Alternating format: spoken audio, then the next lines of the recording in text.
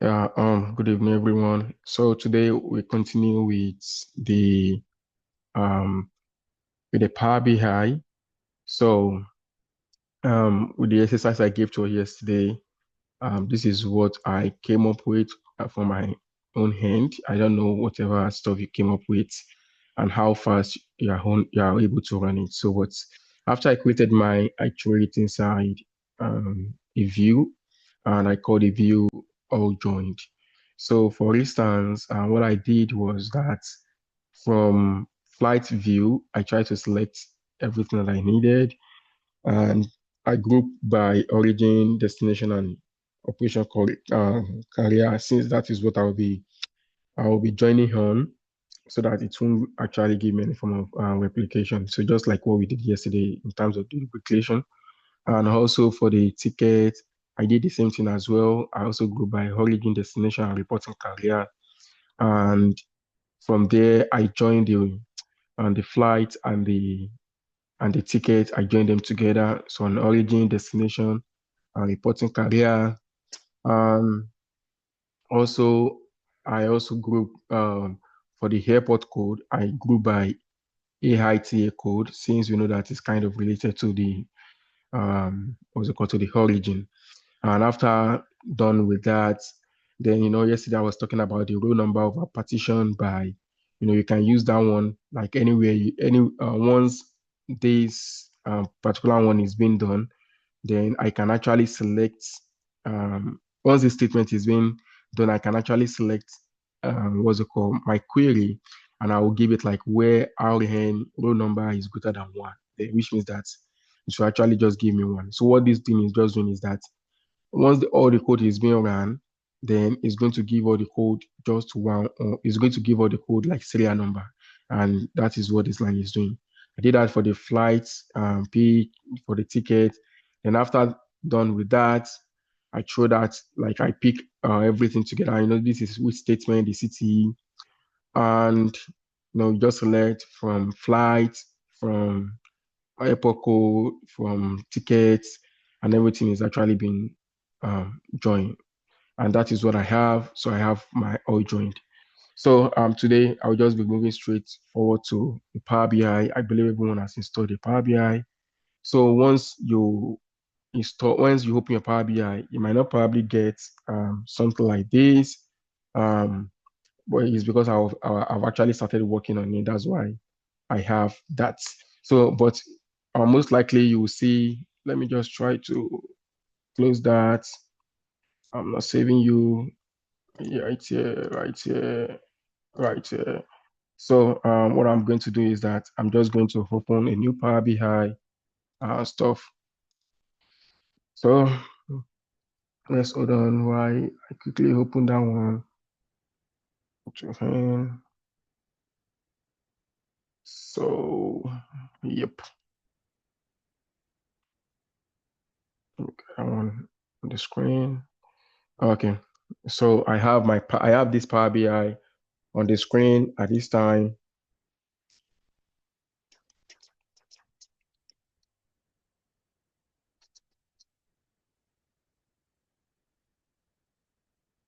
Mm. So when you open your Power BI Hub, this is what you have on the screen. So, and once, initially I only have blank reports just because, I've already selected SQL Server. And, depending on or wherever you want to connect your data to, we have OneLake, we have Excel workbook, we have SQL Server, then you can, get data from other sources, like if you have any other sources. So let's say, for instance, maybe, we are definitely sure that you want to connect to SQL Server. You can click SQL Server, and probably if you don't have, you know, if you don't have the SQL Server installed, but I believe all of us should have it installed, and we want to connect to the all joined, all joined. But let me click on this plus, this get data from other sources, and we can see. So you could see this one right here is going to display this box, and we have different sources where you can get your data from. So depending on wherever you want to get your data from, what you just have to do is just select that, and you'll be able to connect to it. But we're actually interested in connecting to the SQL Server. So SQL Server. Sorry, hold on. It's right. So, and once it's connected to the SQL Server, it's going to ask us for the server. It's going to ask us the database. And so for the server, if you go back to your SQL, when you want to connect, when you want to connect this, remember this is our server. You can get your server here, right here, and you can close this, and you can go back to the Power BI and just paste this. You have SQL Server. Then it's asking us for database. I know that my database training is training O2, right? So now if I click on import is just going to import all the data and it's going to probably store it like. But when we use direct query is going to it can give you your data like real time once the data is been changing, in your it's been changing in your data source.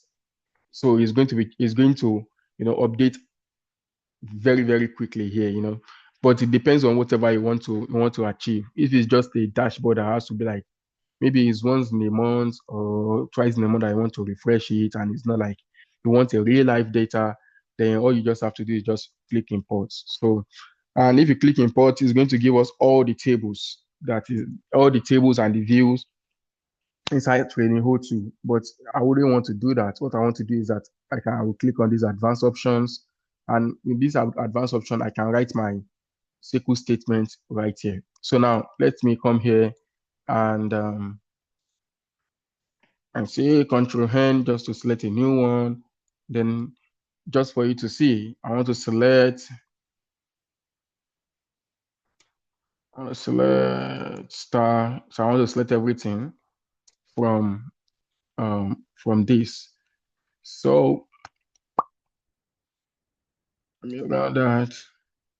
I'm sure that this one doesn't give me any form of error. Then it's, once you run this and you know that it doesn't give you any form of error, then all you just have to do, you can copy the code. It's not, I can also type the code directly inside the Power BI as well. So let me go back to the Power BI. Then what I'm going to do, I'm going to paste right here, and I'm going to hit on OK. Now, once you hit on OK, the data is going to be loaded. If I come back here, you see that it's also still loading right here as well. So let's hold on for it while it loads. I'm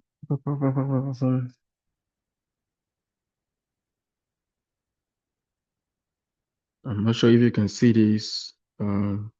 There's something like circle right here.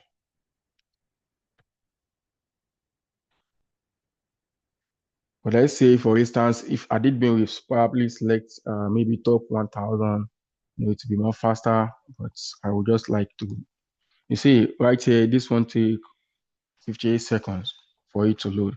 And this is everything that I have in my, that is well connected in my, what's it called? Um, in my database, like, sorry, in my view, this is what I have, right? So let's come back to this place and expect that it's going to also put the record very, very, very fast. If you have any question, you can probably just raise your hand or just post on the chat. Okay, so we have this. So once you have this interface, then you have the load, you have transform, and you have cancel. Cancel, everyone should probably know what cancel means. For loading, if let's say for instance, we don't want to make any changes or any edit on this, and we just want it like the way it is, just give us directly like that. Then we know that since it's giving us that way, we don't have to what's it called? We don't have to do any form of transformation to it. But let's say, for instance, we want to do some kind of transformation, and for the sake of this class, let's go ahead and transform. To transform the data, and that one will load. It will come up right here. So once, oftentimes, because since we've cleaned our data sets inside the what's it called, our SQL server before we imported it, you know. So we might not probably have so much cleaning to do right here. But in terms of all these interface, let's say for instance, you want to add maybe additional column or you want to do some kind of calculations, you can go right here and do additional column. But let me quickly run you through what we have, like, and oftentimes what you probably need. For this FL date, you see that this one is in date time, and I'm not sure I really want date time. All I just want is just date, and you can actually click on this the icon on the left hand side here. Just click on that, and you can change it to any data type that you want. So I'm going to click on that and change it to dates, and it's going to change to date. And after I change it to date, if you see to your right hand side, you see that this apply step we show you all the steps that you actually applied. It will show you all the steps that you apply to this transformation. And for instance, if I go back to this source, you can see where the so where what's it called, what it was before you change it to change time. And this is actually very important. You could also see inside the FL date, type, date, and stuff like that. Let's say, for instance, I've had someone, this person is not on the call today. I've had someone that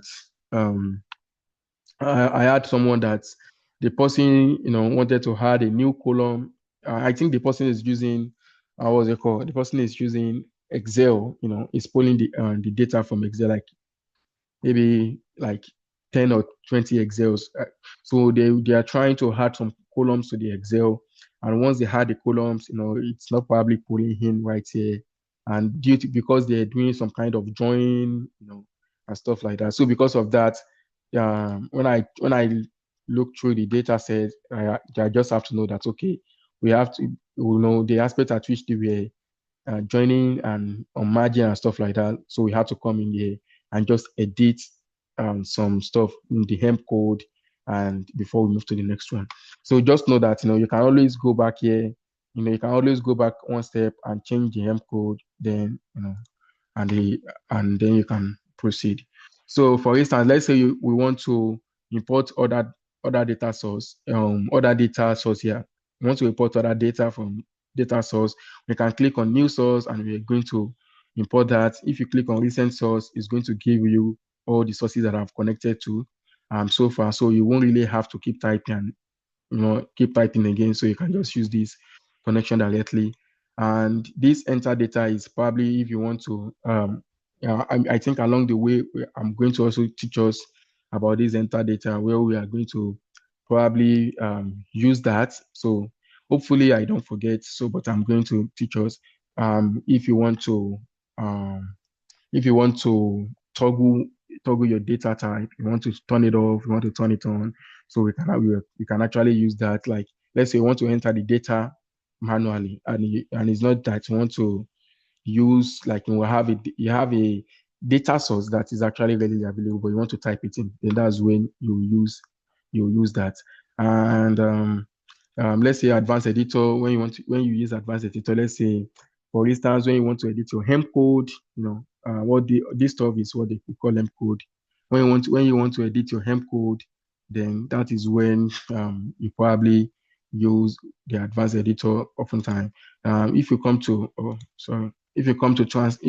transform, you see that this thing is actually almost the same thing as Excel, as what you have as Excel. Let's say, for instance, especially there's a project I also did that I was importing from Excel and the data was not well cleaned. And after the data was not working, we have some blank spaces on top of the Excel. So because of that, this one automatically pick our headers, but when you are importing Excel, it might not automatically pick your header. And all you just have to do is that you can just use the first row as header. If I click on this, you see it took that the what we had as first row to take it as header. So I'll just come over here and cancel this, and cancel this. So we are back to what we have before.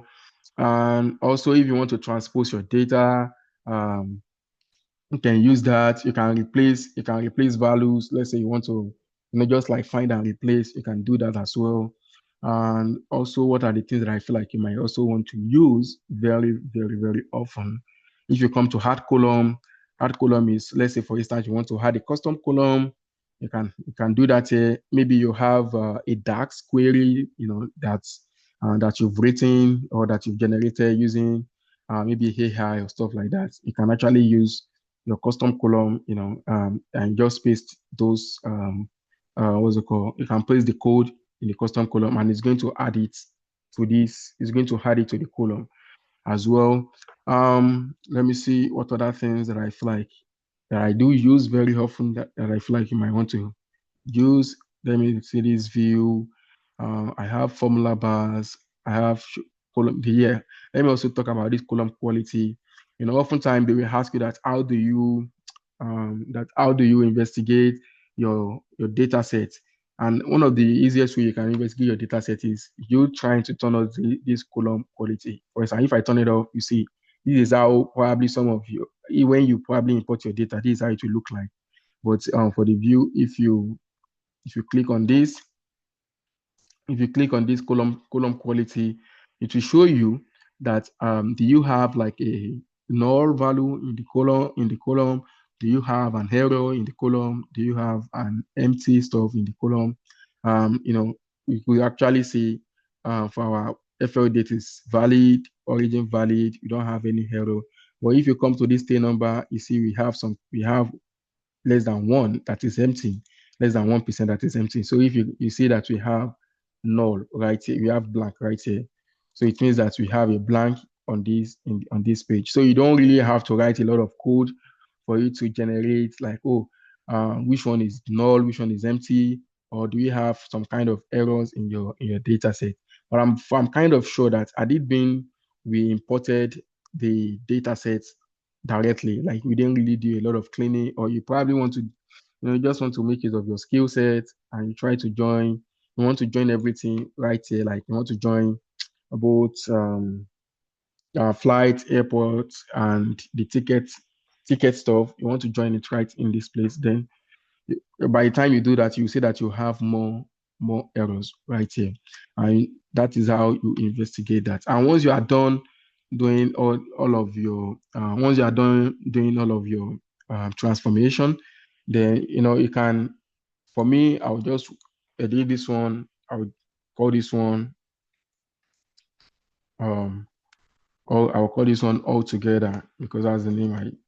This is where you actually rename your query. Like you see, once I enter that, it will change, right? Let's say, for instance, if you have multiple data source, you can actually name it so that it won't confuse you. You will know which one is which one right there. And once you are done with that, then you can click on close and apply right here. Once you close and apply, you see close and apply, you have apply and you have close. Once you click on close and apply, it's going to apply all the changes that you've done here and it's going to apply it. And if you just click apply, it will only apply the changes you've done here and it won't close this tab. So you have to close this tab yourself. I can actually close the tab right here. But once I just click on close and apply right here, then the data is going to load right here and you have the data set.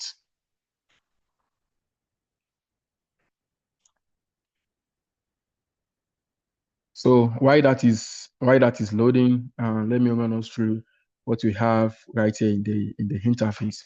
Let's say inside this home, we also have get data. Let's say after you've loaded your data sets, you also want to get maybe multiple other data sets. Then you can actually use this get data for you to do that. You can connect to Excel workbook directly. This is just like what we definitely see on the first interface, and we have SQL Server, enter data, send sources, just like what you see. And this transform data, we've closed and applied data set that we what's it called? The data transformation that we're working on. And after you've closed close and apply the data transformation, then let's say for instance you want to edit let's say you want to probably edit, you want to do some kind of transformation in the data set, or you want to, or it's giving you some kind of error. Oftentimes, right? I don't probably know where most of you guys we ended up using this skill set. It might be like in terms of consultancy, you know, when people often maybe they have different data sources, and they are probably saying, oh, we're getting some kind of error and stuff like that. Most of their problem has to do with maybe data connection, and maybe the data connection is because they added one column and it's bringing some kind of errors, and so because of that you have to do some kind of digging in. And when you want to do that, you will most likely do it in the transform data. And once this one looks finished now, I'm going to click on the transform data. So once that is loaded, you see I have my data, on the right hand side here. You could see my data. All these are all the data set that I have on the right hand side. And okay, so if I click on this transform data, you see where it take me back. It will take me back to this interface again. You see. So and I might just click close and apply, and I can just come here and just close. So everything still does the same work. So we have insert, right? This insert will be useful maybe later on. Let's say we have new page. This is page one. You can definitely use new page here, the plus sign, for you to it for you to create a new page. And we have new visual, we have more visuals. More visuals is, you probably don't have, if you click on this get more visuals right here, I will still come down here. So you can get some kind of other visuals added to this your Power BI from other sources. And you have text bars, you have buttons. We'll be working on these buttons later on. I will be teaching us how we work on bookmark. These ones are very powerful too. Um, so pardon me if you probably see me trying to skip some other stuff. I wouldn't want to spend more time on the Power BI, because if you want to know it very, very, very well, like to become an expert, you have to get into the software and just try to play around it. It's actually very fun, and even though you might want to give up, but at least once you have an end goal, is you trying to do more projects on it, that you probably get to know some other stuff as well. And also for me, I follow different Power BI updates, each and every time, just to see new features being added to the Power BI desktop, and each and every time. So now we have shapes here, and this shape we also probably be using shapes maybe later on. And you have image right here if you want to import, if you have any image I want to import. And we have modeling. For this modeling, we have new mayor. So we'll be creating mayor. In SQL, we actually have DAX. Sorry, in SQL, we actually have code. We're writing queries, select star from all the stuff. In Power BI, you also have some kind of coding that is called DAX, data analysis query. So we also have DAX inside Power BI. So that is where we write different coding. Let's say, for instance, you want to get the profit, or you want to get the total revenue or stuff like that. So those are, DAX on its own.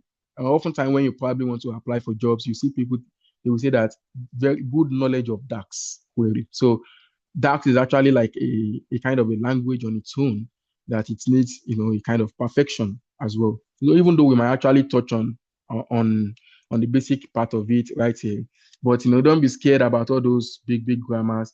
If you want to really work on the DAX, you can always jump on what's it called? You can always jump on AI.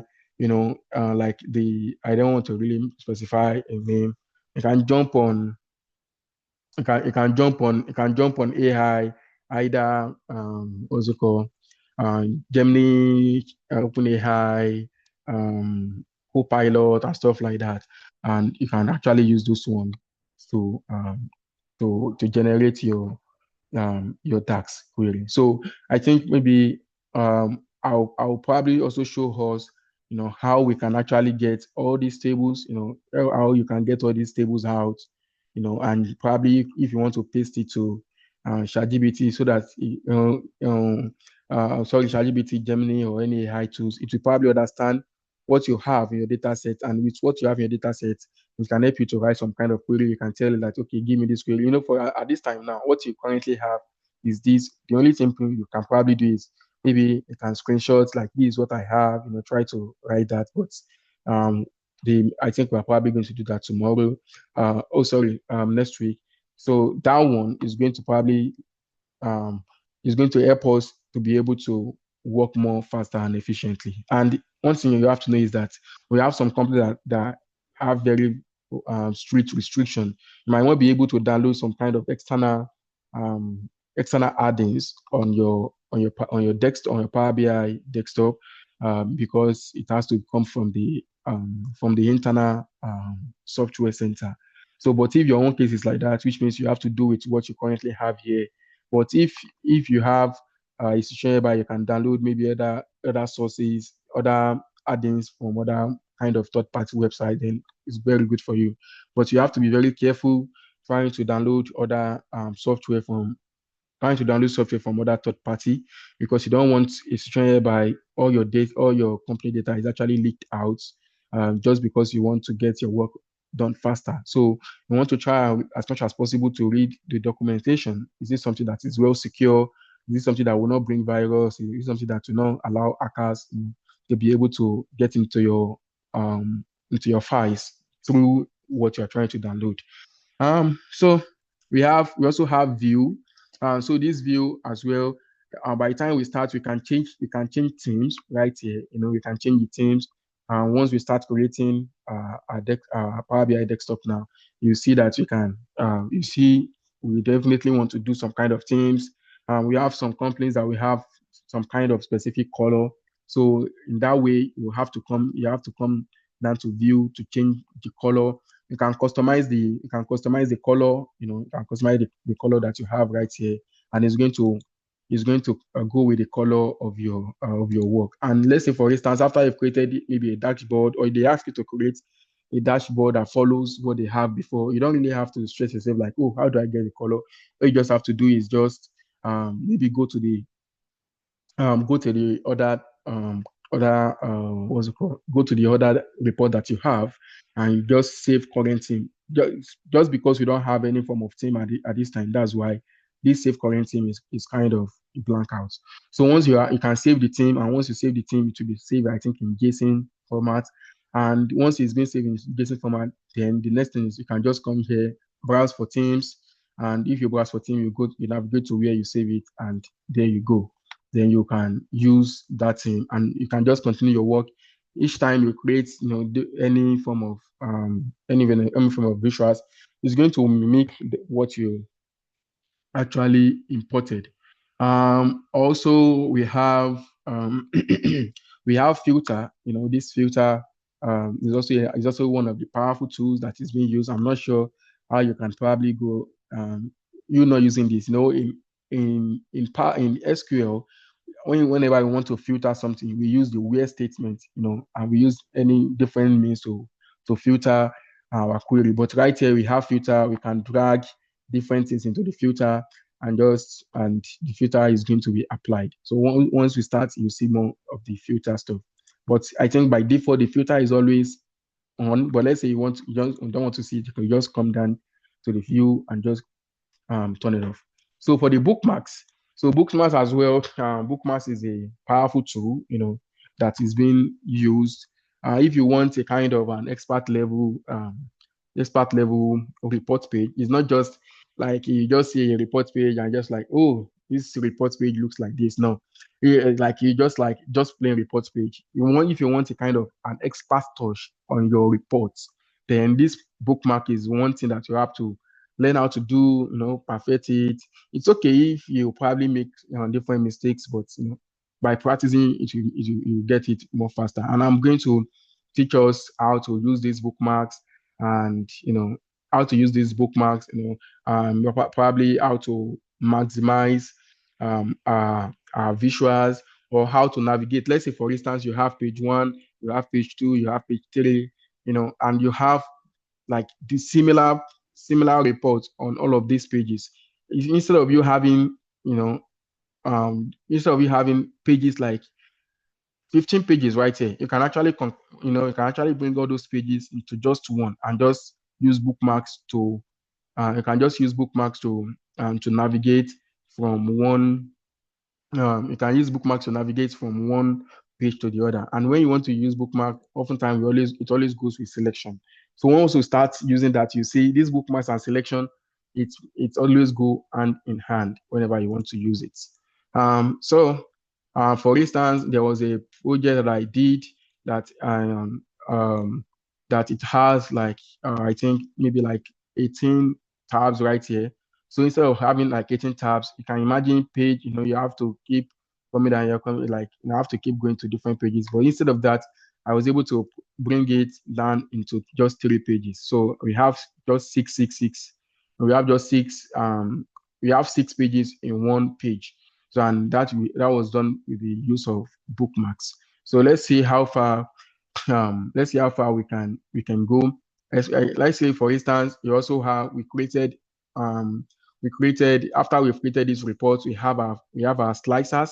I'm going to talk about slicer later. Slicers is just like a filter, but instead of hiding it inside the filter here, we have the slicers, right, like a visual, and you can actually click like, okay, I want to go to, let's say for instance, you go to let's say for instance you go to maybe you go to a website and on the website you don't really want to keep scrolling and scrolling. Oftentimes people they always have these 3 lines on the website whereby you just click on the menu, and once you click on that, what is it going to do for you? It's going to show you what's it called? It's going to show you menu, about us, contact us, and all that. It's going to do that for you. And this sync slicer, once we do that, you can actually use it. This sync slicer is going to come here. So you can actually use it to any slicer you have here, you can use it to sync to the others as well. So let's leave the theory aspect of it and let's get into um, creation of uh, our report. Let's try to pick report. If you also remember what we discussed, yesterday, we discussed that um, when you come in, like when you try to open your Power BI hub, it's not just about you trying to bring in different. You just trying to bring in what's it called?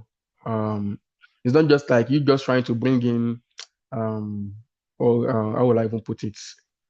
You trying to bring in visuals alone, right? We don't just want to bring in just visuals. We want to actually bring in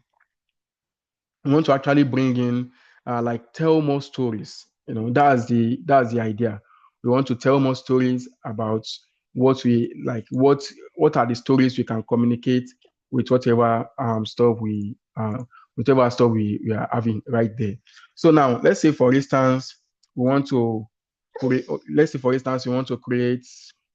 Um, yeah, I'm coming. Hold on for me, please. Let's say for instance we want to create what um, let's say for instance we want to create some kind of visuals, right? Please hold on for me just for a second.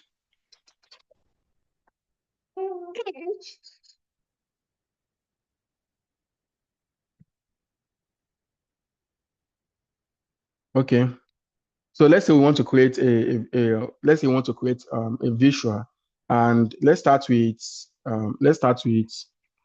um, with a matrix. Matrix is just like a table. It's a table format whereby you can come in and just throw in you can throw in your you can come in and throw in your code your data that you have here and just visualize the data how it looks like. So let's say for instance, come here.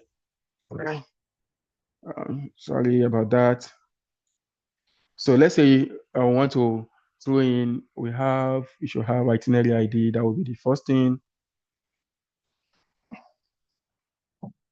even before we talk of that, we can turn it to this. We have itinerary ID. We also have, let me see what are the other information that we can probably throw in. Let's throw in a route. We also have other things can we throw in. We can throw in this distance, right? We can throw in average delay. You can throw in this and throw in this. So you could see this right here, it will help you to visualize your data very, very well. And all of this is doing a kind of sum, right? But however, you see that all of these, they are average. So you can click on this drop down right here, and change it to average. You can change this to average. You can change this to average, and you can also change this to average. And let's say you want to change. I think we also have itinerary fare. Where are you? Where are you? Where are you? Yeah, right here. We also have itinerary fare. Let's say we throw the itinerary fare there. We always know that itinerary fare will always be some. So we leave that there, right? So you could see that right here we are able to visualize we are able to visualize some little information right here. But let's say for instance we want to calculate the profits, and if you know the formula for profits, the profit will definitely be it will be total minus like it will be total revenue minus estimated cost. So uh, so that would be total revenue minus total cost. Um, so okay, I think let's try to take like a 5 minute recess. So I try to attend to something. Um, I think I also have a question. Let me attend to the question as well.